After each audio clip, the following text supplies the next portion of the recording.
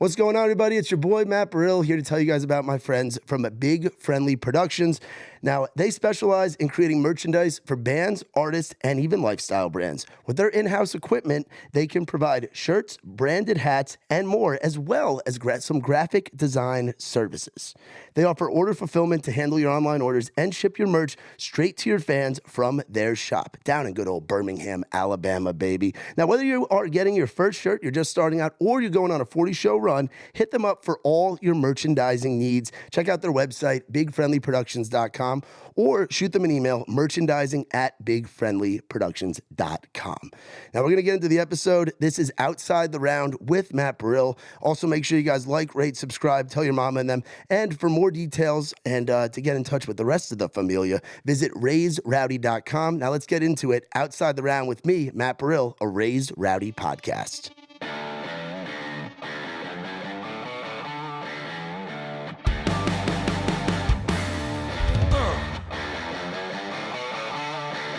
Come on. This is Outside the Round with Matt Burrill, a Raise Rowdy podcast. Yeah.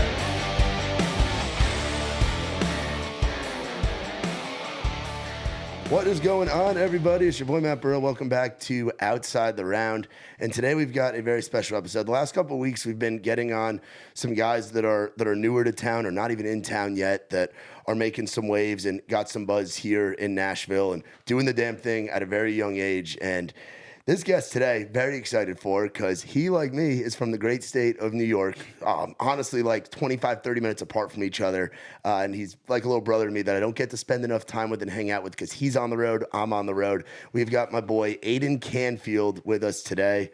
Dude, we've been talking about doing this, I think, since we first met. Dude, it feels like it's been like 6 months or something like that. Yeah, because when did we first meet? You came and played our round. That was you and Tyler. That was in February. Yeah, so it was right about 6 months. It was February. It was February, Yeah. because that was when you were coming down and meeting with Justina and meeting with the folks over at Neil Agency and all that stuff. And you played. We got to give you your first taste of playing in Nashville. Yeah, it was nuts too. I didn't expect like a writers round to be like that at all. Yeah, and that place was packed. Yeah, and part of the reason that it was packed and busy was the buzz of what you were doing back home in New York.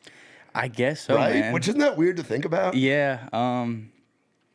Because I'm still like so clueless when it comes to Nashville. Dude, I mean, when did you move there? What, it was like 2 months ago, 3 months ago? In May. Like in May, end of May, yeah. So this is your first summer here. Yeah, I love it though. Like I'm so happy to be here. Yeah, where in town are you living at? Berry Hill. Oh, cool. That's not far. You got that Walmart down there in Berry Hill. Right? Or is that considered we Berry do. Hill? Yeah. There's like That's that like Walmart. right next to the Guitar Center. Have you been to that burrito place over there? Baja Burrito? Bro, Yo. Baja Burrito fucks. Dude, listen. So my drummer now, Wyatt, shout out to him. He's the goofiest guy ever. Most drummers are. Shout out to Matt McElwain. Drummers are very goofy. He's Wyatt's. He's hysterical. And the first time I met him, like before we played or nothing, I just wanted to grab lunch, whatever, meet him. And he was like, "Yo, we got to go to Baja Burrito." I was like, "All right, whatever." Never been there. And it was closed because I think it was like Memorial Day or something. Yeah. I don't know, whatever. And we went to Hugh Baby's, and then I just forgot about it. And every time I passed by, the line was like long. I'm like, I'm not fucking going there. I'm not waiting that line. And then eventually I did, and I was like, this is the best burrito I've ever had in my life. Yeah, blows Chipotle out of the water. Oh my God. And by the way, that Chipotle over there sucks. Like, it's the workers are like nice and everything. I think they're like defunded or something. Last time I went in there, they're like, sorry, we don't have rice. Or we don't have like the covers to cover the bowl. I was like, damn. Yeah, that's the key to when you're getting Chipotle. Like when you're on the road, and you're on the road a lot now, probably the most that you've ever been, and it's only going to continue to happen. Austin Neal and the folks over there are keeping you very busy, which is great to see. Yeah. You eat a lot of Chipotle on the road because they have them in every little college town has a fucking Chipotle. Even Tuscaloosa, Alabama, great Chipotle there. But you always say you're getting it to go because then you can put the lid on top of the bowl. Oh, you gotta shake it. And then you gotta shake Exactly. it up. Yeah, Dude, it's like yeah. the protein shaker. Dude, that's bro. why I ask for that every time. I'll get it and then I'll shake and sit my ass right there. Yeah, dude. Yeah, Baja Burrito fucks. Berry Hill's a good spot to be. Like, Oh, I love it. And I'm like close. I'm right across from a Publix. I walk to the I don't have to ever drive to the grocery store. What else is there?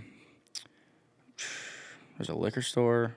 There's all that traffic when you get on the 65. Yeah, that's not the best. 8th Ave is not the best. Yeah. You go to the local a lot because that's kind of The near local, the bar that's in town. It's going towards that way a little bit. I don't think I've ever been there. No. It's on like the like West End, but a little south of town. Like that's like over by that 8th area. It's a good little bar that has rounds and stuff. Because when I first moved down here, I was a fucking hour out of town, commuting to Broadway every day and bouncing. An hour out. An hour out. I was in Spring Hill, so I was south of Franklin. Wow. I was down there in the fucking country, bro.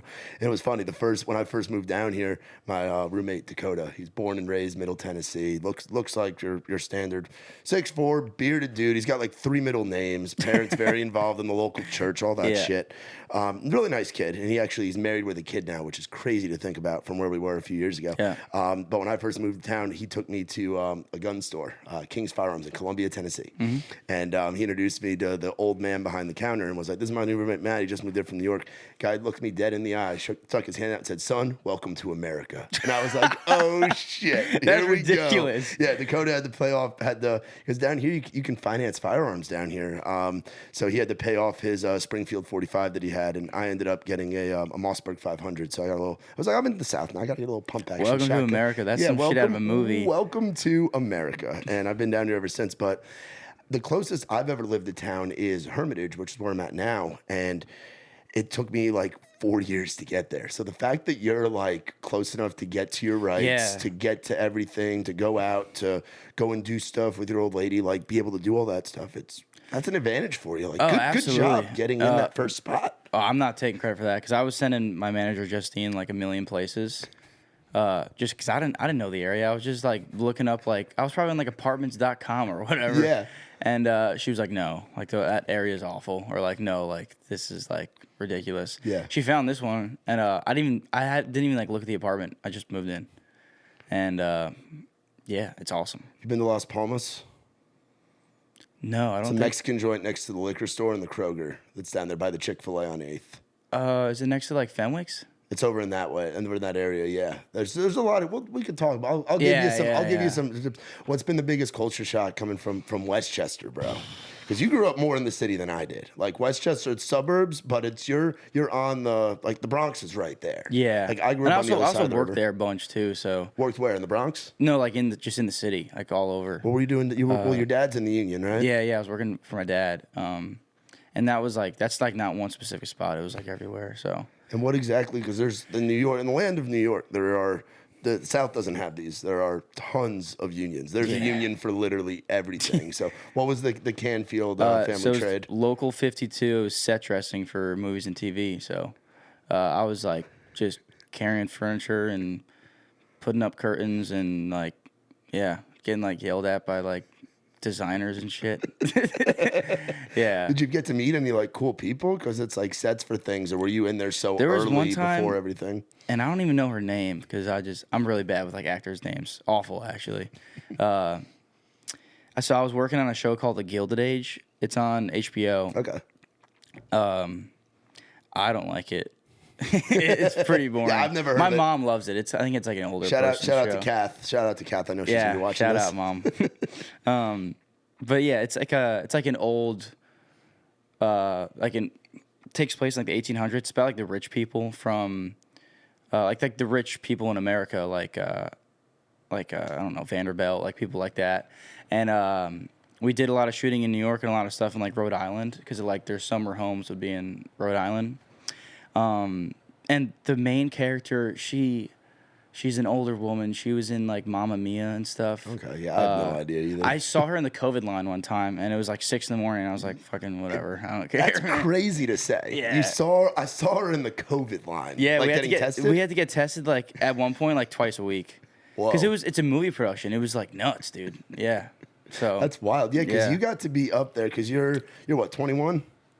just turned 21. Yeah. Yeah, which is fucking great. awesome. Yeah, that changes things a little bit for Especially you. in Nashville. Yeah. Yeah, that first time you came down, you weren't even 21 yet. No. But growing up in Westchester, bro, like, cause I'm actually flying into Newark tomorrow. I'm going home for a couple days. My family, yeah. my mom and dad just sold the house. My mom and stepdad just sold the house up in Rockland. They've had the house in Delaware for a while, and it's like you pay $20,000 a year in taxes on a house in Rockland or Westchester. It's ridiculous. Stupid. Yeah. And it's like great place to grow up. Never gonna regret growing up in New York. Like great schools, all that shit. Awesome. Playing Section 1 sports. Fantastic. Great way to grow up. Section 1. Yeah, Section 1, baby. Jesus. Shout out. But like I'm going up and I'm doing like a food tour in the village. I'm bringing my girlfriend up with me because it's like the last time that my family's gonna be living up there because they're selling the house. They close in the middle of August. Yeah. So I'm gonna be driving her around Rockland and stuff. And she's like, "Don't you live in the city or like being in like the city area?" And it's like Rockland and Westchester, like as suburbs, it's a weird spot because everybody in the city is like, "Oh, you're from upstate." And then everybody from upstate's like, "You're from the city." Yeah. It's well, because like on the map it's right there, but like the second like you're, and I did it all the time. The second you just drive out of the city and you're like on like the Sprainbrook Parkway, like going into like the bottom of Westchester, it's completely different. Because it is. It's all like, you go from driving around like big shitty buildings to like nice trees and like reservoirs and shit. Yeah, go over to Scarsdale and it's like you're at Harry Potter Hogwarts. Yeah, dude, it's ridiculous. Yeah, I don't know. Like, and I got a big sense of that when I was going to Cortland. Oh yeah, that's right. You went to Cortland. Yeah. So I was Gym teacher, you. Yeah, and actually last night I got a DM from the new Cortland wrestling coach, and he was like, "Dude, I lived in Nashville for 15 years. Like, I love country music. Like, I'm a fan of yours, and like just made the connection last night that you like wrestled here for a semester." And I was like, "Yeah, man." He was like, "Can I send you some T-shirts?" I was like, "Sure, I already got a bunch, but please send me some T-shirts. I'll wear them." He was like, "Shout out Red Dragon Wrestling." I was like, "I mean, I'll do it right now. Shout out Cortland Red Dragon Wrestling." Yeah. And I got a DM like almost, I felt like midnight last night. I was like, this is so cool. The Cortland wrestling coach is like, "Yo, dude, love your stuff." I'm like, "Dude, I wrestled there." Yeah. So, but yeah, Cortland, I definitely got the sense of like the kids you'd meet from like Buffalo who talk like they're from the Midwest. Well, you know, they would say like, "Oh, you're like from the city," basically. And then the kids from like Long Island would be like, "Oh, you're upstate." And it's like, "No, I'm not, dude." Yeah. Like, I'm right here. I'm probably closer than you are with traffic. Oh yeah, the LIE. There's no fucking way. Yeah. They're making it faster. How are the townies in Cortland? Because I've been up there, I think twice. Because I went and visited Cortland. I went and visited Oneonta. Shout out to Stoneonta. I had some good friends that went there. And then the Cortica game too. I'm sure you got to experience that while you were up there. The townies are. I never had a bad experience. I mean, I have like some crazy videos on my phone, just like walking out the bar. There's this one old dude who would walk around with like one of those big stereo like boom boxes, and he had his own like rolled cigarettes, which was a little sketchy, but we would still smoke them. Yeah. And he was just a cool guy. The town. I mean, I really never had like a bad run-in with any of the townies. I mean, they're just like super country looking people. Yeah. And then and what else you have said? The Cortica. Yeah, Cortica. Cortica was sick. I got fucking hammered. Isn't it wild that a D3 football game can be that big to It's crazy. a community? Like, there's a whole for the entire state of New York. Like, everybody knows someone that either went to Ithaca or went to Cortland. Oh yeah, dude. And it's like people know about it. Like my manager Justine, she went to Cornell. She's a smart pants. Yeah, well, that's why she's managing and looking over all the contracts. Yeah. But even she would like knows about Cortica and stuff. It's a big thing, dude. It's like, it's crazy, and everybody like goes nuts for it. It's so fun. And since I wasn't 21 yet, I didn't even like try to go to the bars. We were just kind of like mobbing around the streets of Cortland, just drinking beers. Yeah, have you ever seen that video from like Cortica 2013 or something? I don't know. That would have been when I was in college. I went to Ryder, but I had a lot of friends that went to Cortland and played football there. I was in college from the fall of 2013 to the spring of 2017. Okay. So that would have been my time. Dude, you have to watch this video. It's nuts. It's like this is when they like kind of started like being more strict on like the student body like during Cortica, because this video is this whole, I forget what the street name is. I was only there for a semester. But this one street that like, it's this big hill like goes from like top of campus all the way down to like where the main street where all the bars are. And this video is like jam packed with kids. Like kids are flipping cars. Shit's on like fire. Like it's literally like something. It's like Project X shit. Like the cars are being flipped. In the video, kids are like getting like thrown down and arrested. Like it is wild. And it wasn't like that at all when I was there. But like what we would do is like we'd pull that up on YouTube like while we were pre-gaming like for Cortica, and we'd be like fuck yeah, and like just get hammered watching like these old Cortland students like flipping cars and shit. And they do the game. They've done that game at MetLife, right? Yeah, Which is pretty wild that you would take an upstate New York rivalry and bring it down to the armpit of America in central New Jersey. Yeah, dude, I think they might have done it at. Did they do it at Yankee Stadium? No, that's what I was thinking. I really don't know. Because they've done it at different locations now since it's gotten bigger. Yeah, when I was there, I think it was the year after they did it at one of the stadiums. When I was there, it was at Cortland. Yeah, when I was there, I didn't even go.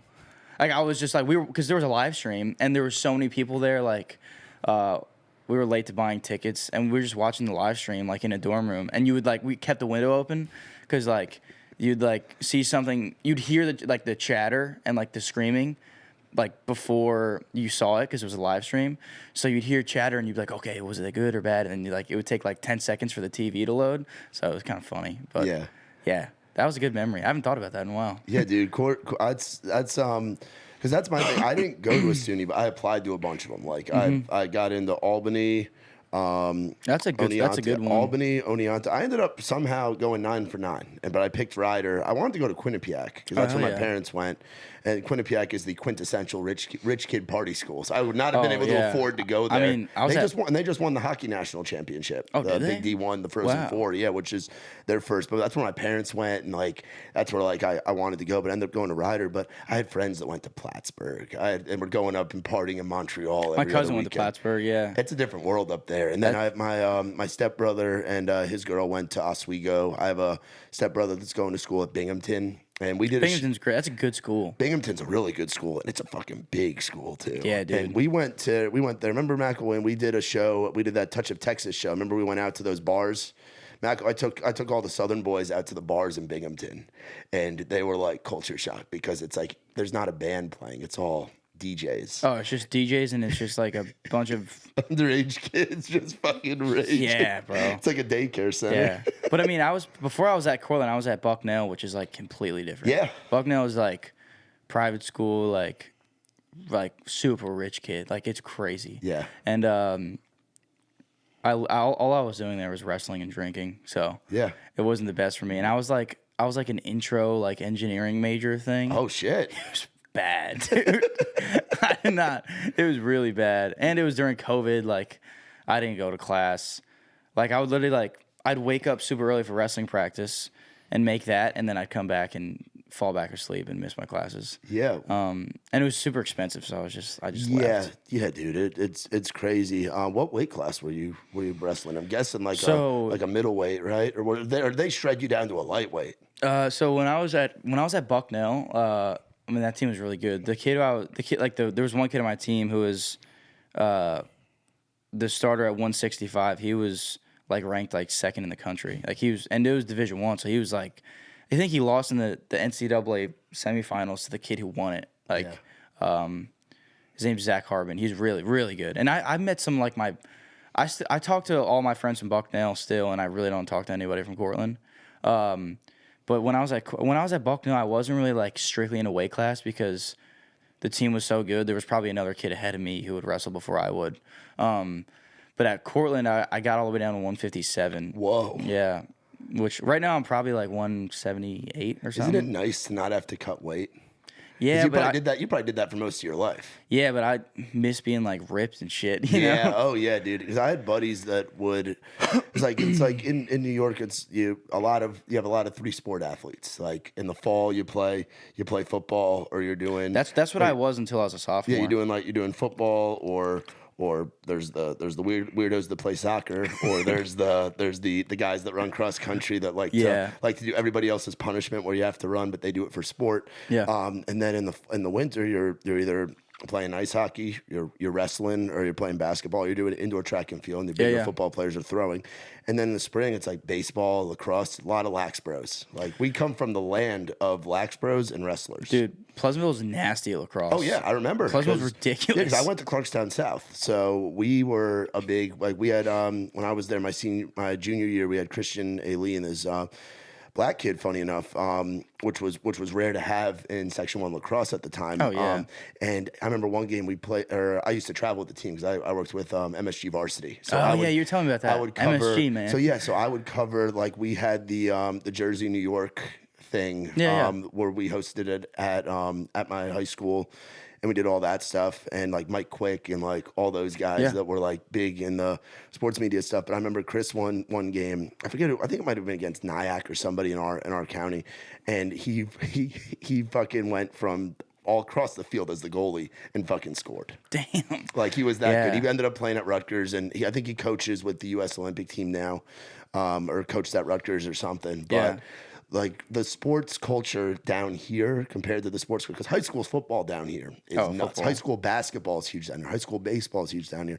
But up north, it's like wrestling and lacrosse, and football is still big back home. Basketball is still big. I mean, the New Rochelle game, I was there when, or I was at the game before the New Rochelle had that crazy moment, that full court shot at the end. I don't know if you remember that. I don't think I remember that. The two kids, it was on ESPN. It was like a top play for like a couple weeks. You remember the kid from Ardsley? Julian McGarvey? Yeah. So I grew up in Ardsley. I didn't go to Pleasantville until I was 16. Oh, really? So you're an Ardsley kid, really? I'm an Ardsley kid at heart, for sure. Yeah. My parents grew up in Ardsley. All my best friends are still from Ardsley and Pleasantville. It's kind of cool. I have like this big Ardsley Pleasantville friend group, and they hang out with each other now. Yeah, that's cool. But yeah, I like just moved to Pleasantville, and that shot was nuts. Remember, it was like the Miracle McGarvey. He was interviewed on ESPN. It was that's what I'm saying. Nuts, that's what I'm saying. There's been some cool like historical moments, like to come out of Westchester and come out of Section 1 sports. And I just remember going over there and playing games because, like, at the time we were AA. Now South is back down to A, which is kind of funny because in our town we have two high schools. You have Clarkstown North and you have Clarkstown South. Each of them graduate over 400 kids. So it's like if you put them together, we'd be like an Arlington, or we'd be like a North Rockland, or like one of the bigger schools. Now we're down and we're down a class and we're having a lot more success. But like, we would play New Rochelle, we'd play Mamaroneck, we'd play Scarsdale, we'd play who else would we fucking play? We'd go up to Dutch. You were at South? I was at South. So we played Mayapack, we'd play RC Ketchum, Arlington, Ketchum, like all those schools. Fucking Ketchum, dude. Yeah. I mean, wrestling, we wrestled Clarkstown North every single year. Yeah. My wrestling team in high school was good, dude. I bet. The only team we ever lost to, like really ever, was and we were in small. So with wrestling, it's just small schools and big schools. Yeah, so you're probably going against like Pearl River and Nanuet and people like that, right? Yeah. And Pearl River bounced in between big school and small school. Yeah, the Irish Pirates. 90% Irish Catholic town. That place is crazy. Yeah.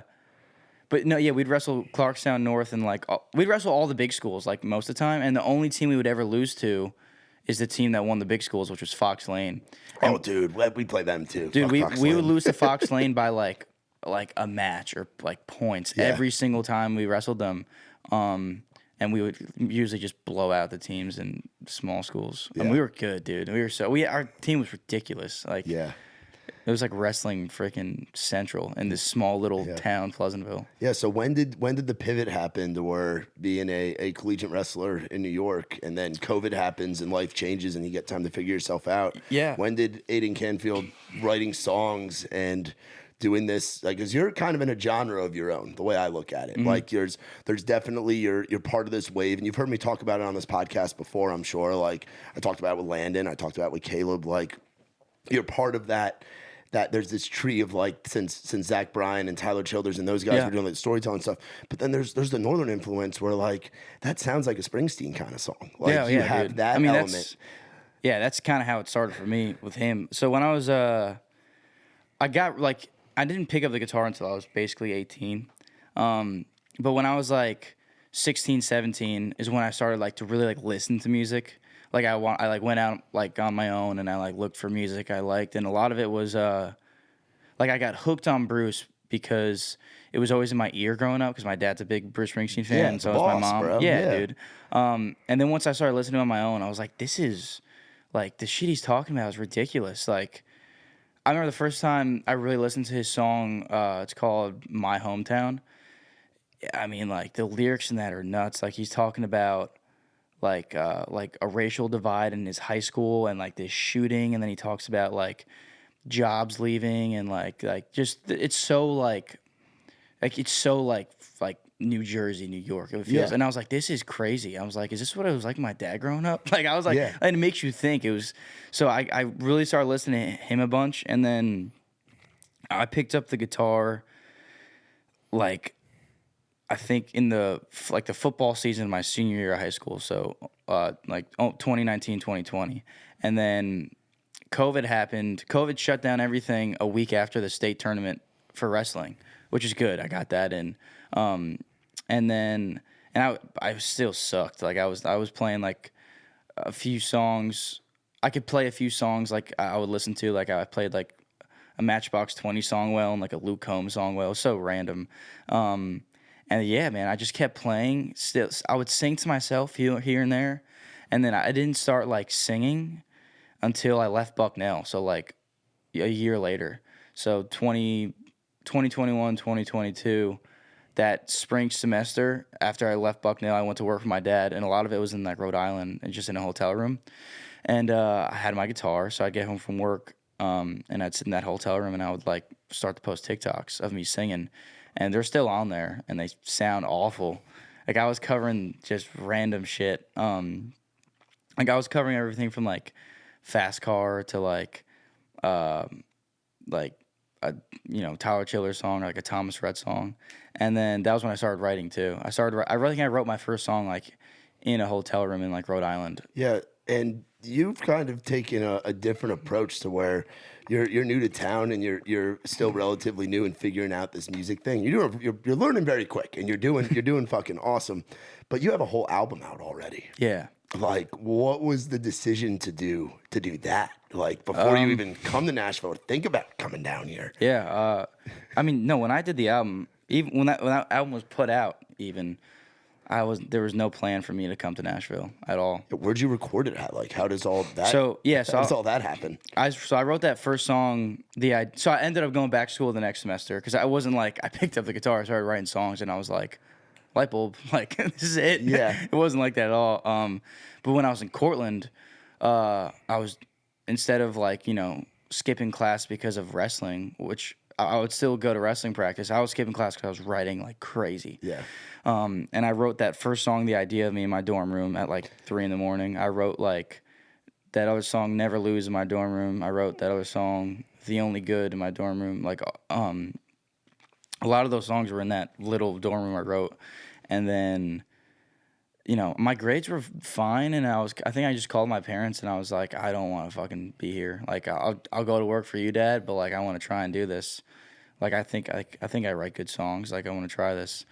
Then I got home, and probably a month or two later, I found the guys who helped me produce the album, Mike and Nick Squilante, which is funny. Their dad was my chorus teacher in middle school. No who shit. gave me detention like every day. That's funny. I got kicked out of chorus. I should have. I got kicked out, and I had to take a class called General Music, and I had to write papers Oh, General about Music. I remember that. Yeah, dude. We were in the same fucking curriculum. Yeah, dude. Yeah. Yeah, it was chorus, band, or that. Yeah, and if you were in that, that's bad. I took that, dude. I took that because my chorus teacher, Miss Blank, grumpy old Jewish lady, hated me. That's the most New York, New Jersey thing ever. Miss Blank in the 6th grade, pain in my ass. We had to sing that gym class hero song, that Take a Look at My Girlfriend. I was like, I ain't doing this shit. Yeah, dude. I did not. I was not. So it's funny. I work in music now. Yeah. So I mean, it wasn't their dad that like I got in the most trouble with, but I think the year before or after I had a different chorus teacher. And I got a lot in trouble one time. I think I just got, not a lot of trouble. I got like a few lunch detentions, but he was like, conducting or whatever, and he had a really hairy stomach. Oh, and he was wearing this short sweater. So I kept asking him questions because it was hysterical. I was like, kept asking him like what all the arm motions meant and stuff. So he kept like lifting his arms, and the sweater would come up, and you see his hairy stomach, and he did it like a bunch of times. Eventually, he caught on. After all of us were hysterically laughing at this guy's hairy stomach. But yeah, I had no interest in that shit. But anyways, those guys, Mike and Nick, their dad, he knew my mom and stuff, and he knew me because my mom worked at Ardsley. So yeah, I think my mom sent him a DM or something. My mom was like, "Hey, my son like writes stuff and like wants to record it. Like, heard you guys are the best." And he was like, "Yeah." And I called him. We did that first song, The Idea of Me, and then like it did super well. And then I just kept like there was no plan for me to like do an album because I was still writing. I was still writing everything as I was recording them. So I did put out that song, and then I put out another song, and then another song, and I think I put out like 7 singles. And I was at a point where I was like, all right, well, I have 7 singles out. That's like long enough for an EP already. Like, probably longer than most. And I still had like a shit ton of songs that like were all in that realm of what I was writing. So I was like, all right, I'm just going to wait. I'm going to record 5 more and then put them all together, and that's going to be an album. And it was like just that, and it was cool. I wrote every song by myself.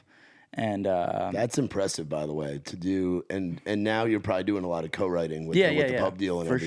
Sure. Mm-hmm. But to come up with a whole album by yourself at that age, that's kind of unheard of. Dude, it was a blast. I mean, I was so like laser focused in on it too. I was just constantly trying to write something what was cool was like after like those 6-7 singles were out, but then I kind of took a look at those 7 songs and I wanted to have, 4, 5, 6 more. Ended up being 5 more, 12 songs. And I didn't like technically like write a different way for the album, but I was kind of like, okay, well, like out of these 7 songs, what's a song that would like fit in there but is different? So like those next 5 songs kind of like came out of that headspace. And it all came together super well, man. And I just love albums like so much. I feel like they've lost their value now that they're just a picture on your phone and not like something physical.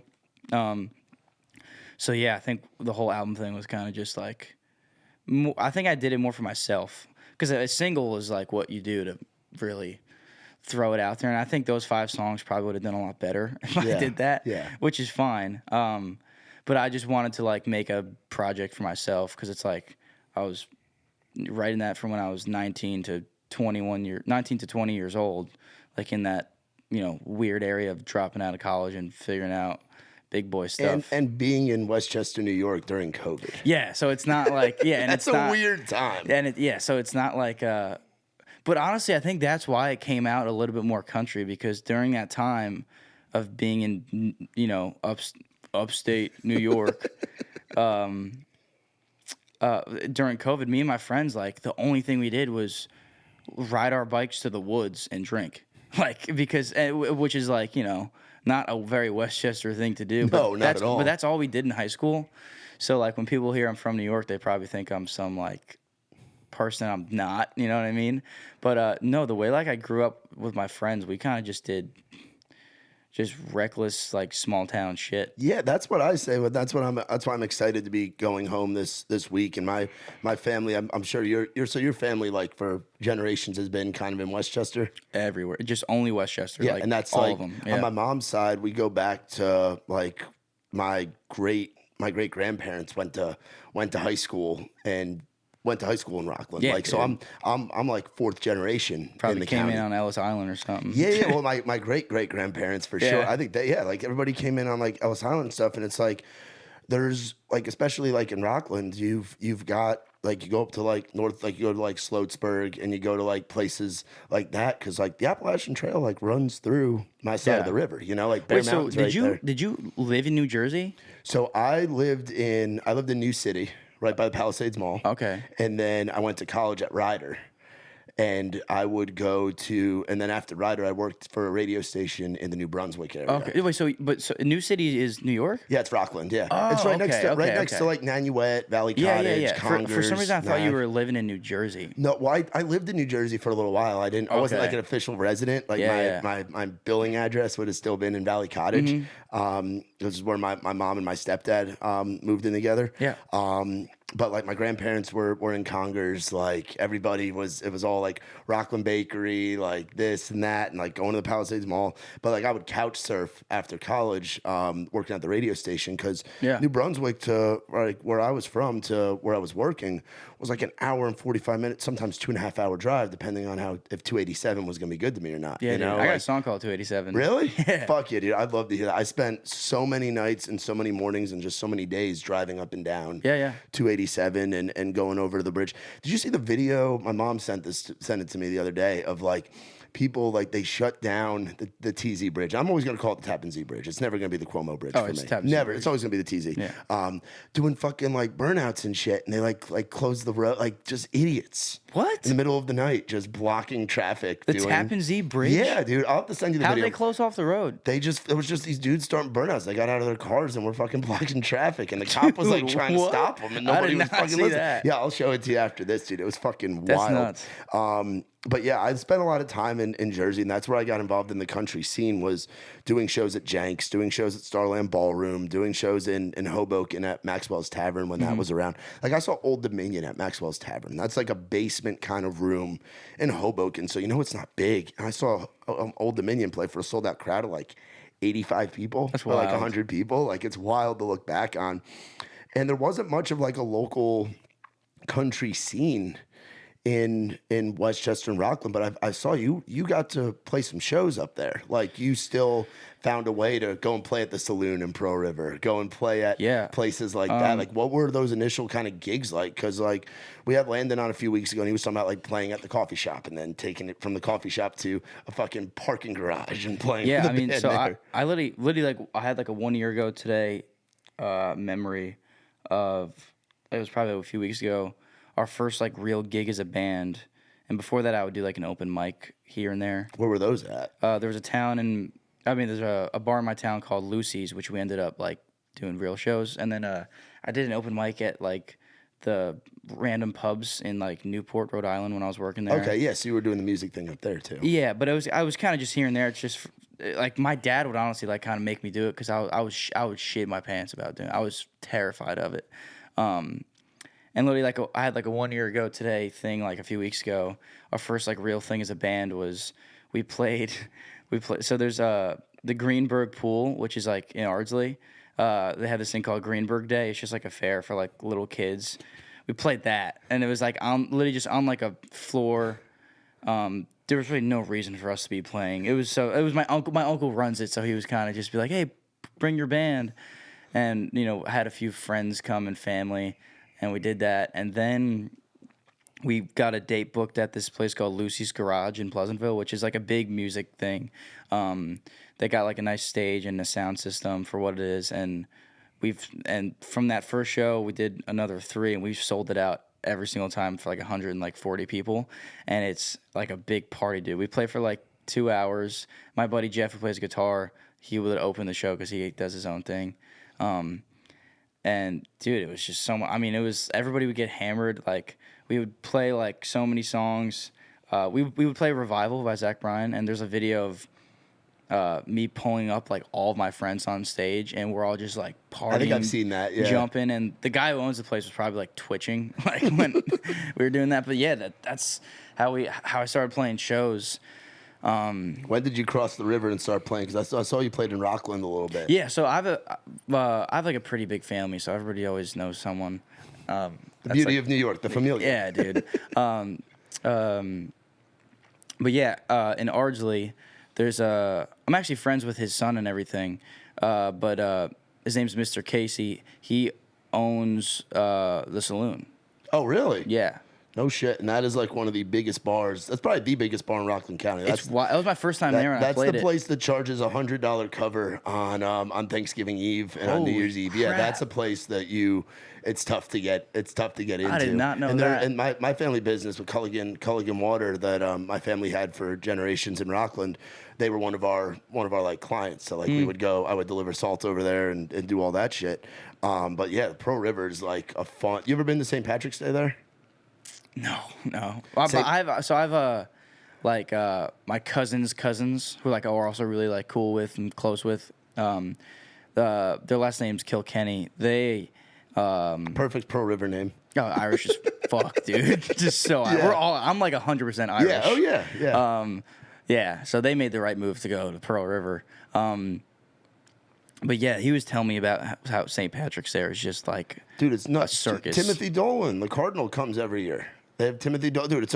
And they have the parade, because That's crazy. yeah, dude. I grew up going to that. Like, I have a little bit of Irish in me. I got to do one of those tests. My dad had sent me one. My to parents do. did that. That's how I know like what I am. Yeah, my dad had sent me one to do, and I never I spit in the tube, and I never mailed it out. So I got to get another one, or I gotta tell the Mormons that like, oh, I mailed this and I never got it back, and see if they'll send me another one for free or whatever. But shout out to the Mormons. But there's something to me about hearing the bagpipes that just brings this nostalgia. Oh, dude, I have two cousins that play bagpipes, and it's like, man, any like family gathering, they'll just whip it out, and you're like, fuck yeah, I love those things. And I used to, and McElway knows this from when I was driving the van with the Trey Lewis boys. It'd be like late at night, we'd be driving in like Kansas or some bumfuck state, and I'd be like tired, but I'd be the one driving, being the tour manager, and I'd be like, all right, I got to stay awake. I'm going to play the instrumental, well, AC/DC, but also like the just instrumental bagpipe shit or Dropkick Murphys or like that shit, dude. And they're like, what the fuck is this? Because the Southerners don't know. They don't know about the bagpipes. No. They don't know about that big old fire, that heavy set 350-pound Irish fireman, volunteer fireman who's banging on the drums in the back of the parade, dude. Dude, when I was in like Yonkers or something. Yeah. Dude, when I was I remember like as I was like writing that album and making stuff, I was listening to "It's a Long Way to the Top" by AC/DC when the bagpipes come in. And I texted my cousin. I was like, dude, we got to put bagpipes on it. I want to put bagpipes on the song, like, eventually. I haven't done it yet. I'm still going to do it. Yeah, Mark my words. and the moment you do that, I'm throwing bagpipes on a song. You have Ray's Rowdy's full support. I am in on that shit. It'd be so cool. I mean, like, and it wouldn't be anything crazy. It was because, like, that song, it's just straight, like, hard guitars and rock, and then it just comes in, and you're like, this is fucking incredible. Yeah. So I think that'd be cool, just to throw in, like, a song on, like, a project. Yeah, the Pearl River Parade, dude, is just wild. Or at least it was when I was a kid. I haven't been up there post-COVID, and there's that strip of bars. I forget what the name of the street is, but there's like 7 or 8 bars there. Is it the one with the saloon? The one with the saloon, yeah. Saloon's there, Noonan's is there, Frankie and Johnny's is there. There's a bunch of like just Irish names. Yeah, and then I've never really explored. That's the only bar I've been to there. And it's cool is they have the train station right there, so you can take the train from there right over to Hoboken. And I know I've talked about building the train to go from Rockland, go across the river over the TZ, parallel to it and stuff. And that's how I get to Yankee Stadium usually when I go to a game, which I haven't been. Dude, I was telling the best, like, this is like one of my favorite stories. I was telling it yesterday in the van to my band. Because we would always just hop on, because there's a train station in Pleasantville. Yeah. You hop on the train, you just drink a million beers, and you end up in Yankee Stadium, and it's like the best thing ever. Yeah. 2 years ago, I was just telling the story. This is crazy. This is like one of the only fights I've like got into. We were playing the Red Sox. Yeah. And so it went extra innings. We won. It was fucking nuts. And we're walking outside the stadium, me and my friends, and we're just fucking rinsed, like so drunk. Where were you sitting at? Do you remember? I don't know, dude. I really don't remember a lot of it, honestly. We're probably in the bleachers. Yeah. I mean, that's where I'm usually at, in left field. Just a bleacher creature. But we're walking outside the stadium, and we see a group of Yankee fans like our age, like getting into it with a group of like Red Sox fans our age too. Actually, they were older. They were like older dudes. But yeah, because we were like 19, 20, and these kids were probably like 25, 26. So we walk up to them, we're like, oh, yeah, we're backing up. We just fucking won. Like, fuck those Red Sox. Like, we're going to – it was the most New York thing ever. And then me and my friends pull up, and the original Yankee fans that were fighting with these kids are just, like, disappear. So now we're, like, in, like, this argument for no reason, and it's just getting heated. We're like shoving each other, this and that, and somehow we got to the consensus of like picking one person from each friend group to just duke it out. Yeah.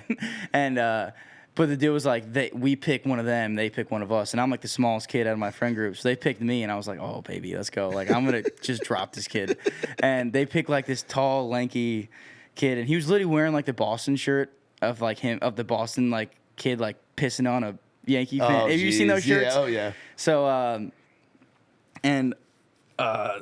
immediately like I just picked him up. I literally like walked him over to the grass because we were on concrete, being smart, and I just fucking just threw him on the ground. Yeah, like, you don't fight a wrestler. no, but then I got off immediately because he was like, I think I knocked the wind out of him. He was kind of like, ugh, like one of those, and I just got off of him, and I was like, that's that, and I was like about to start booking it because it's Yankee Stadium, there's cops everywhere. Oh yeah. And then my friend fucking runs over with his tall boy, just dumps it all over him, and then the cops come and there's like a dog and we just book it, and those kids get in trouble and we don't because we won, dude. It's like New York, they're bro. Boston fans in New York. That's what's gonna happen. Yeah, dude, it was nuts. But that was like I was telling that story yesterday and I forgot about it.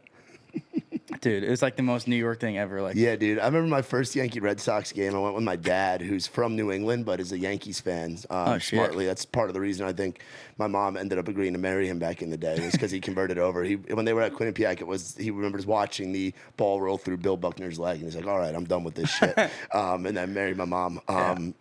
But I remember just watching and just seeing the chaos of a Yankees Red Sox game, because this was like 2002, 2003. So it was a lot worse before the Red Sox started winning. They've gotten a lot better, if you can believe it. Yeah. As people since Boston started winning. Just like Phil, I will not go to a game at Fenway because I don't think I can control myself, and I think it would end really badly. I can't go to a game at Fenway, and I cannot go to a Giants Eagles game in Philadelphia. I think that. I mean, those are both pretty dangerous. But we are too. Like it's like we're all kind of like cousins, Like it's a wild. We're thing. just diehard, freaking up north gritty people. That's all it is. Yeah, there is that grit to the Northeast and everything. So for you two with the music stuff, now what's it been like being down here and like going out on the road, and like what was the process like of? You're now signed to a publishing deal. You're signed to a booking deal. You have a badass manager. Like, no, she's the best. How did all this like kind of come to be? So you put up the album January of this year. I put up the album in January this year, and then a guy named Chris Poole he works for BMG or like Broken Bow. Yeah. It was just intro stuff. I actually grabbed breakfast with him. He's just cool, just great dude. Yeah. He came up to see a show we played at Gramercy. It was like this long bill of people playing, like my producer's band was playing and this other band, and we it was cool. We got to play Gramercy Theater. Yeah. And he came up. He took me out to dinner and then watched that show. And he was like, "You got to get down to Nashville." And I was like, "Okay, I'll get down there eventually." And my mom booked me a flight for the next week. So I was like, I guess I'm going to Nashville. And then, so the flight's booked. And then, like, literally 2 days before I get on the plane to go down here for the first time, Justine DM'd me. Like, just, hey, like, love your stuff. Like, do you have a manager? This, that, blah, blah. And I was like, no. Like, that's pretty good. Like, coincidental. And then I met her. I met her at, like, a breakfast spot. And she was awesome. Immediately could tell she was just like smart, just like quick. And had she been managing other people at this point? Or she still manages Marty Stewart, the bluegrass guy. That's cool that you're with somebody who's with an act that's a lot older. And she used to be day-to-day for Miranda Lambert. Oh, cool. Okay, so she's looking. Yeah, she's been around, but I think she's kind of like me, and like she's very motivated and like just wants to build this up like with me, which is so awesome. You can't really want anything more. Yeah. Yeah, she's a blessing. She's the best. So I got hooked up with her and then played that round and like did the meetings with the booking stuff, and Neil was like freaking awesome. Like they're the best. Everyone there it's like a little family over there.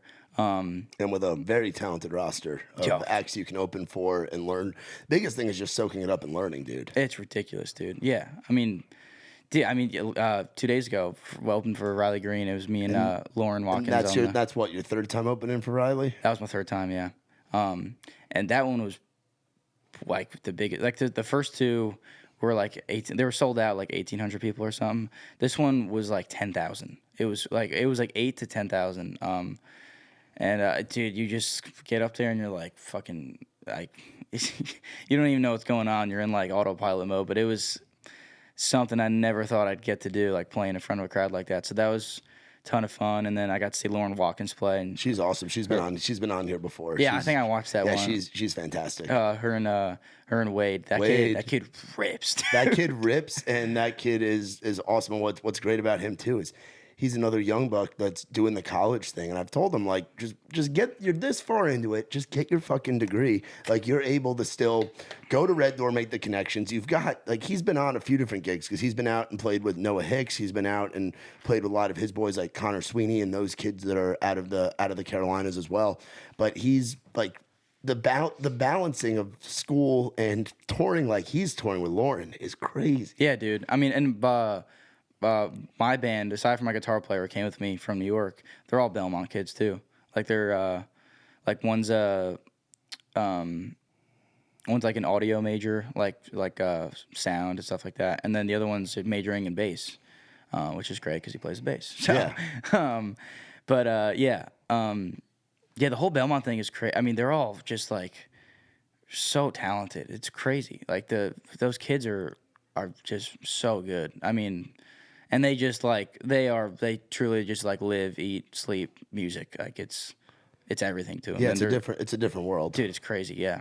So that's freaking awesome, dude. What have you gotten to talk to Riley at all, or like gotten to meet him a little bit? I met him. It's tough sometimes when you're opening and and I'm not one to headliner. ever step on like anyone's shoes or anything. I'm here to do a job. That's really all it is. My girlfriend, on the other hand, will definitely want to, front up to him and give him a hug, probably.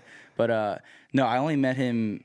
I mean, I think he might have gave me like a wave or something and like shouted me out on stage, but we didn't like sit down and talk. But the first show, I was wearing like a Neil hat, and he was like asked me about that, and then we were like talking this and that. I realized the sheer mass of that dude. He's huge. We call him Redneck Adonis, the Greek god of the South. He's jacked. Yeah, he's the Greek god of the South. Yeah, he's ridiculous. Yeah. Literally, yeah.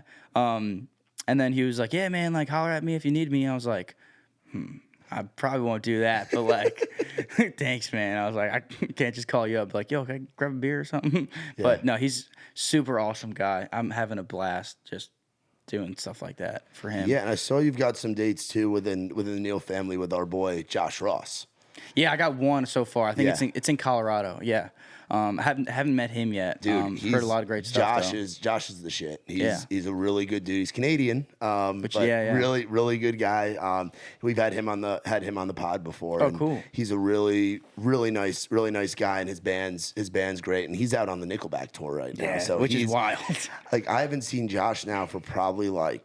Well, I saw him at Tailgate and Tall Boys. We were at a festival. We've been going to a lot of festivals with Raised Rowdy and gotten to see different parts of the country and do that, which has been cool. But aside from that, he's just been gone for like just every day they're gone, because Nickelback tours like 4 or 5 days a week where they're all over the country and doing different shit. So I'm super stoked for you with all that. What's the plan as far as, are you enjoying co-writing? Like, have you done a lot of that yet? Because that's a whole different thing for you. You write all these songs and you see success with these songs and you're able to tell your story. But now collaborating is a little bit different with other writers. Yeah, I mean, I think there's definitely some co-writes I've had where like I'll lose myself a bit, and like it wouldn't be something like I would want to do. Like put out like that song we like created that day, like it just wouldn't like fit.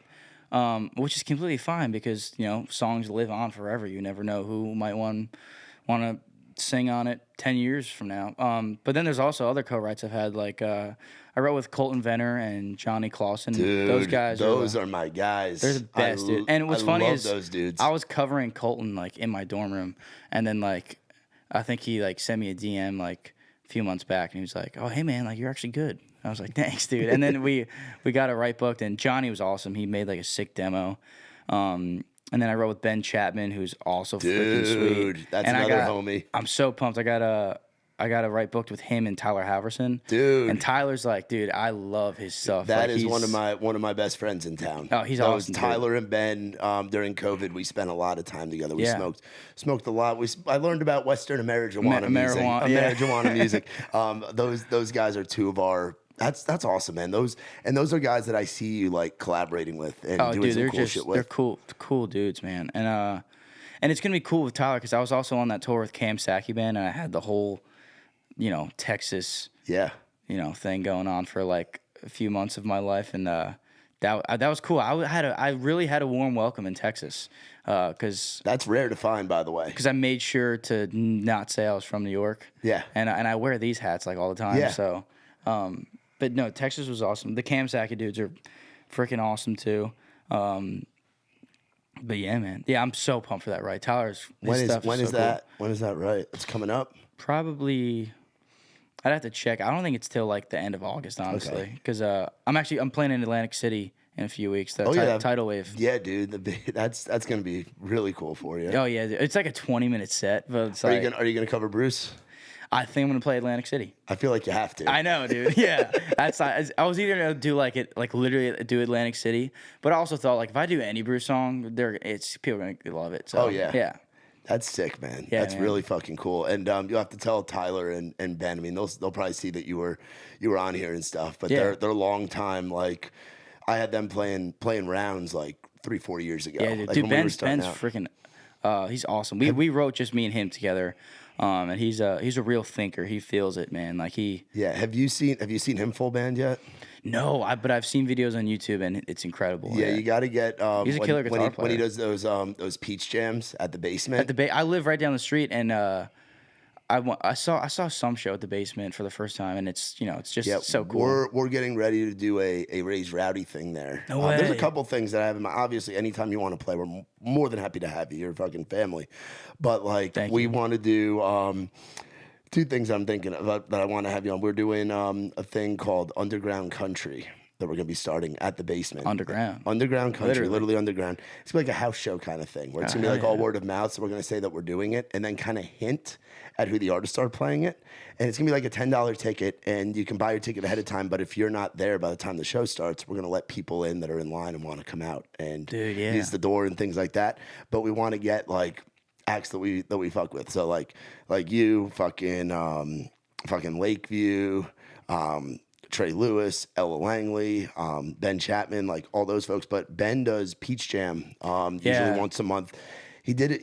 They haven't. I don't know when the next one is, but it's usually him. He just had one. It was like on the sign for a while. Yeah, him and Meg always post the videos. His girlfriend Meg McCree is fantastic too, and Harper O'Neill's in that crew. I mean I'm right with her like next week. I think. No shit. Yeah. We had her on. We had her on probably less than a month ago. She's I just dove into her. I haven't even spoken to her yet. Yeah, she's great because we're just both busy, but I was listening to her stuff, which is incredible, and then I was like looking at her like songs I wrote tab, and it was like two of like my favorite Tyler Halverson songs. Yep. I was like, oh man, these guys are all in the same circle. Yeah, dude, that whole great. crew came out of Revival, which is a writers round that's here in town that I think I was telling you about. I want you to get out and do one of those too. Man. But the other night that I want to do, and this will be the first time talking about it on this podcast. We're going to do it in the fall. It's going to be on a Tuesday. We have we have our butt rock night that we're going to be doing again. We're going to be doing West Turnt. We're going to be doing a night that's called like Sneakerhead Country, like all the country guys, all the country artists that wear J's and like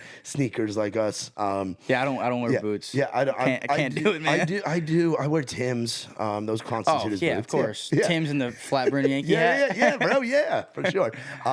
We're gonna do a night, and we're gonna call it Northern Aggression, and it's gonna be all guys and girls from the Northeast. So like you, Matt Mulhair, who I put you in a group text with the other night, who's from he's from Orange County, like from like the Florida, New York area. Is he a writer? He's a writer. He's signed at Red Creative. He's got a cut with he's got a song that Travis Denning's about to put out. Sweet. He's got a song with Skis. He writes a lot with like the guys that are in Ernest camp over at Big Loud. Oh, wow. So Matt Mulhair's the shit. Mulhair is you'll feel like you're talking to one of your boys back home. Like that's great. We got it right. Yeah, he's a Goshen kid. And Goshen, like Florida area, up there in Orange County.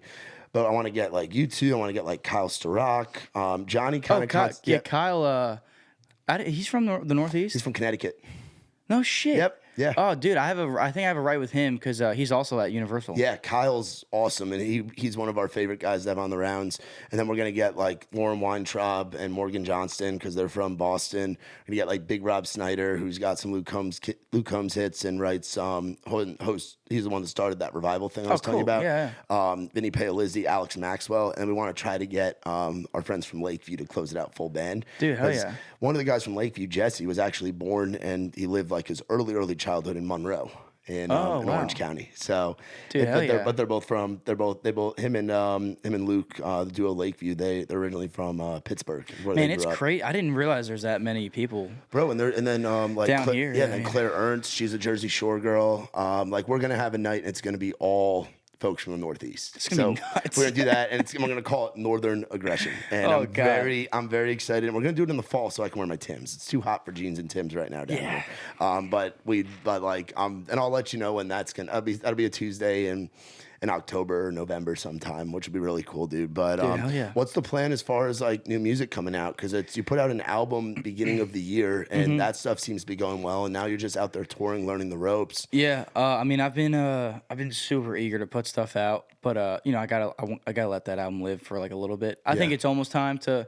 I want to put out like a single at the end of the summer, and then probably a single in the fall, and then I'm just writing for this next album.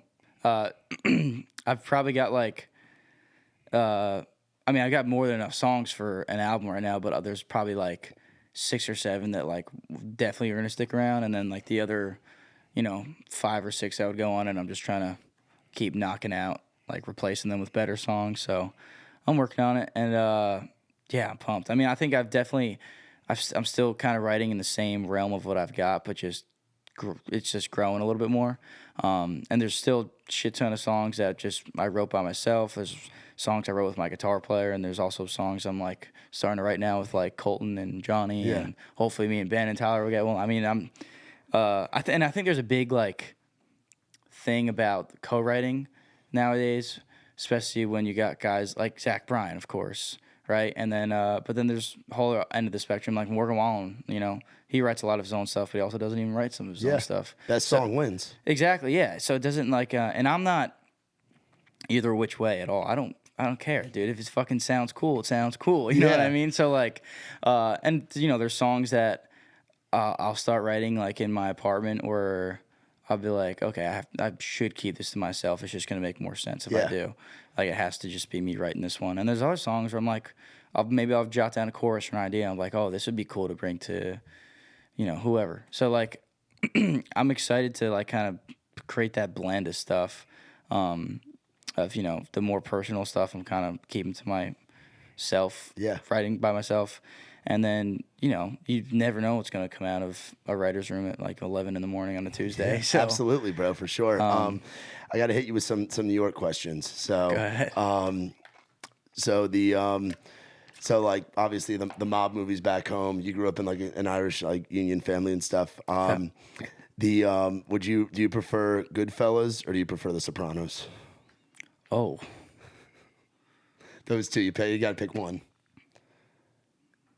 Probably Goodfellas. Yeah, that's what I would say too. Yeah. Like that cooking scene. Yeah, it's the shit, dude. Dude, and Joe Pesci sitting down. Dude, at it makes dinner. you want to eat, like him slicing the garlic with the razor. Yeah, dude. Yeah, those are classic. If you had what meal do you miss most about back home? Oh man, because we got a lot of good food back home, and they don't have it down here. They just don't. It's ridiculous. Man, probably. And it could be mom's cooking too. Yeah, my mom does. My mom and my dad are great cooks. And I cook a lot too, so I feel like I'll try to like cook what they have. But if it comes to like New York stuff, probably a slice from Pleasantville Pizza. Yeah, just a good plain fucking slice of pizza that's just thin and perfect and really good. And actually, there's pizza down here I really like, but probably like just a fat deli sandwich. Yeah, dude. There's nothing like I can't wait to go home and get a chicken cutlet. Oh man, I can't wait to get a chicken cutlet Yeah, sandwich. you I can't wait can't- to get an Italian combo with the oil on it. Like what everybody gets to enjoy with Jersey Mike's, we get the real thing. We get Yeah, what Jersey exactly, Mike's yeah. is trying to be. Yeah, I mean, yeah, and they honestly they're killing it. Oh, I like Jersey Mike's. I love Jersey I Mike's. fuck Jersey Mike's. I have the rewards program on my phone. I'm a big Jersey Mike's guy. Yeah, dude. Trey does his bus calls in Hermitage and by the Kroger, and there's a Jersey Mike's over there, and like that would be That's my the thing. go-to to pop Yeah. in and get a sandwich before we would leave. What's your go-to breakfast at the local deli? What are you getting? Oh, go to breakfast. I'm gonna have to go. I mean, if I'm feeling fancy, I'll go to Rocky's Deli. If I'm just hungover as shit and need something greasy, I'll go to Frank and Joe's. Or What are you getting though? what am I getting? Now where am I going? Just bacon, egg, and cheese on a roll. Sometimes I'll throw some avocado on there, or sometimes I'll throw some hash brown on there. Yeah, the Bobo. Yeah, just the The Bobo is a game changer. Yeah. I can't wait to introduce my girlfriend to that. yeah, dude. The Bobo with the crispy fucking hash brown on there. Oh, It's yeah, greasy. man. Are you an SPK guy? Yes. Yeah, I am too. every time. Salt, pepper, ketchup every single time. Yes, salt, pepper, ketchup, and I'm a bacon, egg, and cheese guy. But there's something also special about that bagel with just a pound of fucking cream cheese on it, yeah, bro. dude. I miss Just- a bagel too. Fuck, man. I haven't even tried to find a bagel place down There's here. a place in Mount Juliet called Jersey Oven. Grady Smith actually sent it over to me the other really? day because I'm like, Grady, I've known about this. I live in Hermitage, right next door. But since it's Jersey, they call it pork roll. But they have some really good Taylor ham, egg and cheese Taylor sandwiches ham. That's the Jersey on good thing. bagels. That's not like. Yeah, see, Dude, even if you just say that across the Tappan Zee Bridge at a deli, sometimes people will be like, "What?" Yeah, see, I would get the Taylor ham and cheese. This guy, typical New York name. He worked for my mother and my grandfather for years. His name's Gary Bianco. Just sounds like How you he was a big fucking gorilla. Smoked 2 packs of Marlboro Reds a day in the delivery truck, delivering the bottled water, all that shit. But he would get on a seated fucking like club roll or a hero roll. It was just fucking Taylor ham and cheese, no egg, just a fucking stack of the salty Taylor ham and cheese on That's a fucking gritty. seated club roll, bro. Yeah, man. I've only had like a true New Jersey like Taylor ham, egg and cheese like probably 3 or 4 times. Yeah, I can't wait to get a bacon, egg, and cheese, and I'll walk around the deli and say BEC SPK, and they'll know exactly what I'm saying. Oh yeah. And then I can't wait to get some slices. I'm doing that food tour on Thursday, going in the village and hitting like all the spots in the village. Oh, hell yeah. And then I think we're going to I don't know if it'll be Carmine's or the Pine or someplace in the city. We're doing an Italian dinner, and then we're going to a comedy show at the Cellar. Comedy show. Yeah, Hell which I'm dude. excited about because my brother lives in Brooklyn, and growing up, I didn't go into the city that often. I really didn't either. Because we had everything we needed in the suburbs. Yeah, and also I'm not a fan of the city or that much. I wasn't really. either. I used to wish it would float away. I Yeah. used to wish it would float away and just leave me Yankee Stadium in the Garden, and that's it. Dude. Yo, you know what's crazy? I've never been to Madison Square Garden. You've never been to the Garden? Swear to God, bro. dude. What the fuck? Isn't that crazy? Yeah. Because I'm not a big hockey fan, and I've never. And the Knicks have been dead in our lifetime. Yeah, and I'm not like and I've just never seen a concert there. Really? Yeah, it's kind of a sin I haven't seen at least like Billy Joel or something. But Yeah, I've seen. I remember I was still in high school. It was 2013, and it was the Aldine had just put out Night Train, and so it was the Night Train tour, and it was Aldine, a long-haired young Jake Owen, Barefoot Blue Jean Night had just come out, and then a baby Thomas Rhett when his biggest song was Wow. "Beer with Jesus." My first concert was Kip Moore, Casey Musgraves, and then there was Lady A's. Okay. And it was at Mohegan Sun in Connecticut. Oh, dude, Uncasville, bro, Mohegan Sun fucks. Dude, it's sick. That's a venue I'm hoping that Trey gets to go to soon because he's been starting to do casino shows. Because what's great about that, you play a show up there, they give you the hotel room, and they give you like everybody in the band gets their own hotel room, Dude, which is dangerous. I played. That's crazy. Oh yeah, dude. But, And then you get a gift card, and you get to use that at any of the restaurants and use that for drinks and stuff. Yeah, we played you know the Choctaw Casino in Durant, Oklahoma? Yeah. Trey, I think they were just there in Choctaw Casino. Yeah. Yeah, so I played there with Cam Saki Band, and that was just, and I've never gambled. I'm not a gambler at all. I really just, the only thing I've ever like placed bets on is like a McGregor fight or something. Yeah, you have to Irish boy. Yeah. But I've never gambled, never even been to a casino, and I was there, and I was like, fuck it, like I lost like $300 in a slot machine. On a slot machine, dude. I was just like hammered. I was like, I'm here, just fucking whatever, dude. But that place was nuts, dude. Yeah, dude. It's a different world going out there. I'm glad you've gotten to experience Texas and Oklahoma. Yeah. Because reservation land is very different. East Texas is different from West Texas, which is different from North Texas, which is different from San Antonio and South Texas. And there's so many. And you're with the booking deal that you have, you're going to be traveling all over the damn place. Oh, I'm pumped. Like, dude, you really are. already. You're going to see every coast. Like, I've been from growing up in the Northeast where all the states are just a couple hours from each other. I've been to all of the Northeast, and then I've been, I think, to 44 states in my life. Gosh. I've been to 44. Because you got to remember, I toured with Musket on Bloodline and the Sprinter van, and then I toured with Trey in the van and in the bus for 3 years. Yeah. So, like, I've seen and done it all. I mean, I'm starting to reach some big numbers of states I've been to, but yeah, man, I'm definitely like just diving deep into this whole other part of the country. I haven't been back to New York since March. Bro. So. Isn't it crazy? Yeah, I've been like in this world for a while now. Yeah, your parents enjoy coming down here? Oh, they love it, dude. They were here for. They came down to look at houses and stuff because they want to get a house down here. Smart. And I'll be paying rent until they retire, and I'll get my own place again. Because right now I'm just in a tiny apartment. Yeah. But yeah, so they were looking at houses, and then they came to watch me in Virginia, and they literally rented a car from Virginia, and they're driving to Myrtle Beach because I'm playing there, and like I have family there. Yeah. So they're just kind of making a. Well, actually, my dad can't work because the actors are on strike. Oh, fuck, that's right. Yeah. So yeah, the So actors. he's like, what do I do? So they're just kind of, just road tripping around, having the time of their lives, I guess. Nice, dude. Well, next time they're here in Nashville, if it lines up, I'd love to grab lunch with you guys and dude, that'd be hang great. out. What's your dad's name again? Phil. That's right. Yeah. Phil and Kath. Yeah. And then you got any siblings? Yeah, I got a sister, Megan. She's a special needs teacher like my mom. She works at Ardsley. There you go. She works at Ardsley, and yeah. I mean, Has she been down here at all? Yeah, she came down here for CMA Fest, and Ooh. I think she was drunk like the whole time. Yeah. Yeah. Sounds about right. That was my first time on Broadway too, because I've like never had an urge to go there, and my sister was like, "You're coming," and How was that? oh, we just got fucking blacked out. Where'd you guys go? Do you remember? We went to Kid Rock's bar, Oh, the loudest bar in the world. and then we went. Yeah, that stage is nuts. You hear it from across the street. Yeah, but I won't lie, dude. Like, now I'm like a songwriter and artist. Hearing those cover songs is fucking the best thing in the world when you're that drunk. Oh, dude, yeah. It's There's like there's the a best. reason, bro. There's nothing like seeing a good cover band. Oh my god, dude. Yeah, it was amazing. So we got hammered. She had a great time. My sister. Yeah, and I wasn't able to go to your show at the Hard Rock that night or Mm-hmm. that day because we hosted like 6 or 7 we were all over the place that week. Yeah. How was that Hard Rock show? It was a lot of fun, and then lightning struck, and I was the one who was playing when the Oh, set no. got cut. I was halfway through the idea of me, and then I had another song to play, and this big security dude just like ran up and started going like this, and my girlfriend starts freaking out because I was like, oh shit, I just unplugged my cable, it sounded like a gunshot. My girlfriend's crying, trying to get me off stage. People are running inside. It was a mess, dude.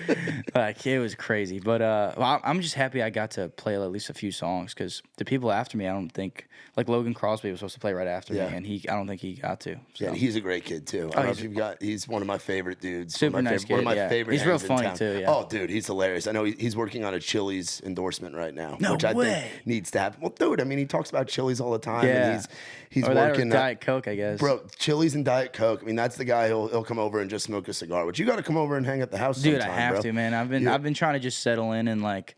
Is the girlfriend back at school, or is she still here in town? She's still here, yeah, yeah. So we definitely got to do something, man. And I think so I got these Tin Roof shows, these last ones, and then I'm kind of chilling out till Tidal Wave. So I think at like next week or the weeks after this week, I should. Yeah, definitely dude, come be over to able the to. house. I don't know if you're a cigar guy or not, but we can teach I'll you. smoke them for sure. Yeah, Yeah. we have plenty. We have lots of cigars, right, McElwain? We have lots of cigars, and we have a free beer deal. So we have 10 cases of free Dude. beer just chilling at the house. We get free cigars, free cool. We have coolers from Orca Coolers. We're making some money, but we're getting a lot of free shit, which is something, So Free shit's good shit. it's fun, dude. And man, I appreciate you coming on and Dude, of hanging course, with us. man. I know you got, and I know you're busy and got a lot of shit going on, dude. But where can people go to find you on all the socials and all that shit? Yeah, it's just Aidan Canfield on Instagram or TikTok or whatever. I don't even think I have a Facebook or something, but Really, you're that young? You don't even have a Facebook? I have one. I don't use it. Don't do music and stuff on there? Yeah, I don't know. I'm really bad at social media stuff. Besides TikTok, because I can just That's what Justine's there record, throw it out. Yeah, exactly. And then music is just Aidan Canfield wherever you get it. for. And one last thing, big day for us Giants fans. Did you see the news? No. We re-signed Saquon. What? Yeah. Also, dude, I was so out of it. I've been so out of like the sports realm since I was in like high school, like catching up with it. I just saw a picture of Aaron Rodgers in a Jets jersey, and I was like, "What?" I was like, "When did that happen?" Yeah, he looks like Nicolas Cage from Con Dude, Air. He looks like shit. It looks like he's wearing a costume. Yeah, he looks like shit. And you know how much money he's paying? He's making like $40-something million a year. It's Oh my ridiculous. God, dude. And you know it's going to be a disaster. It's going to be Brett Favre 2.0. They're going to fuck it up. Just like the Mets. The Mets went out. The Mets spent $100 million more than the Yankees this year. And they are trash. And it's awesome. And I love that the Mets are sucking. Yeah, fuck the I Mets. have no love. Because you're like me. You're a big brother fan, right? Yankees. Giants. And then you don't really pay attention to hockey and basketball. Yeah. But if you did, you'd probably be Rangers and Knicks if you had to pick one. Definitely Rangers. 100%. Definitely Rangers? Okay, yeah. Islanders doesn't even feel like New York to me. Yeah, it's right. It's a whole nother fucking world out there. But yeah, you, me, Mulhair, and I've got some other good friends. Radio Rod, his name on Instagram, Rodney Smith. He's a big Giants fan, even though he's from Texas. And my friend Erin Mulligan, she's from Long Island, and we all get together during the fall and watch the Giants Dude, we got to games. watch some Giants games. We absolutely do, dude. There's a place called the Lost Patty. You'd love it. Irish place. Oh, hell yeah. And there's another spot called McNamara's I got to take you to. They do original like Irish style music on Fridays. Oh, shit. And they have great corned beef sandwiches. They have like a huge whiskey selection. That's where we should go with Phil and Kath next time your parents are in town. Oh, my dad would eat that up. We'll go to it's called McNamara's. It's in Donaldson Hell yeah. by the airport. My dad like collects whiskey. So. Yeah, dude. Oh, bro, they got like a variety of like 70 different kinds of like they just have like a ton of shit, and then they do like the Irish dancing and whatever. It's a really cool building. It looks like a big house, and it's like divided up into a few areas. But the Lost Patty is like the official Giants watch party. Oh, dude. So it's all Giants fans on Sundays. That's so cool. Those little things you got going on here, like in Tennessee, just a little Giants. Well, dude, everybody's from everywhere. Just like Live Oak is a damn Patriots bar. That's crazy. Yeah, Live Oak's a Patriots bar because the Patriots fan club pays them. And on Sundays, like we can't do Rowdy on the Row on a Sunday night because if there's a Patriots game on a Sunday night, they play the game audio and play the game on the projector screen. Anytime there's a Patriots game, and there's like different like every team pretty much has a bar. And then on Saturdays, Live Oak is a Florida State bar.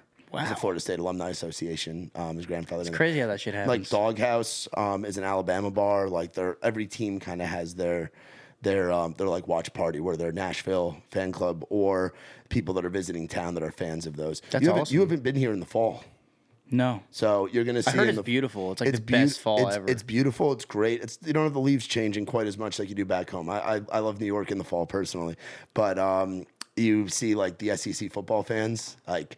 Saturdays here, and you'll be on the road for a lot of it. You'll miss some Saturdays, and you'll be driving back on Sundays. But like the falls here, when it's college football season, another fucking animal. Yeah. I mean, I'm a huge Notre Dame fan, which sucks. But there's a Notre Dame bar down here. I don't know which one it is. It probably is the Lost Patty, if I had to guess. The Lost Patty would dude. probably be the Notre Dame and Giants bar. It's like where you basically would be living at in the fall. So, dude, well, I appreciate you coming on. Dude, I'm of course, man. Thank you so much. I love New York in the house and you doing your damn thing and crushing it, and I'm proud of you. I'm glad you fucking made the move down here, and dude, hell yeah. Stoked you have a lot of big things coming and more big things to come, and can't wait to get out and see a full band show, dude. Yeah, man. And can't wait to have you on some of our events here in the fall. Absolutely. Well, thank you. This was a ton of fun, dude. It's fun. It's just kicking it and hanging out. Yeah. We love doing it. And happy to have you as a part of the family. For real. Man. Well, y'all, that's our boy Aidan Canfield. Make sure you find him on social media. If you have the website now. Yeah, it's just I think it's just Aidan Canfield. Yeah, how does that feel? They have a website now that's you with all your music on it, with all your tour dates. I don't know, all man. That shit. It's fucking awesome. Yeah, it's pretty crazy. It's fucking great. So y'all be sure to go visit aidancanfield.com. He's doing the Nashville Hits the Roof circuit right now. Going to be in the Carolinas this weekend, and he's going around doing the tin roofs. Got some opening slots coming up as well. Back in Jersey, I know we got a Jersey base that watches this. Get down to the Tidal Wave Festival. Go see our boy Aidan Canfield in Atlantic City. Hear him sing Atlantic City from The Boss and all that shit. And be sure to stream the hell out of his music. We love it here at Outside the Round and Raise Rowdy. Well, got to shout out our sponsors real quick. Shout out, much love to our friends at Big Friendly Productions. Great merchandising, great production out of Leeds, Alabama. Quick, easy with good payment plans. Be sure to also check out Whaletail Media, Saxman Studios, our boy Mitch Wallace with the digital marketing agency. And of course, you want more information on us here at Outside the Round, visit raiserowdy.com. Come check out our events at Live Oak, buy some merch online, and check out the other podcasts that we have here in our network. So for my boy Aidan, for Sweet Boy behind the camera, my name is Matt Brill, and this has been Outside the Round. Come on.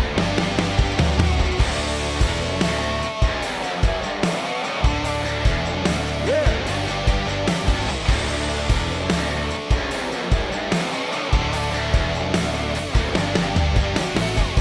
I ain't never been the kind for staying one place for too long.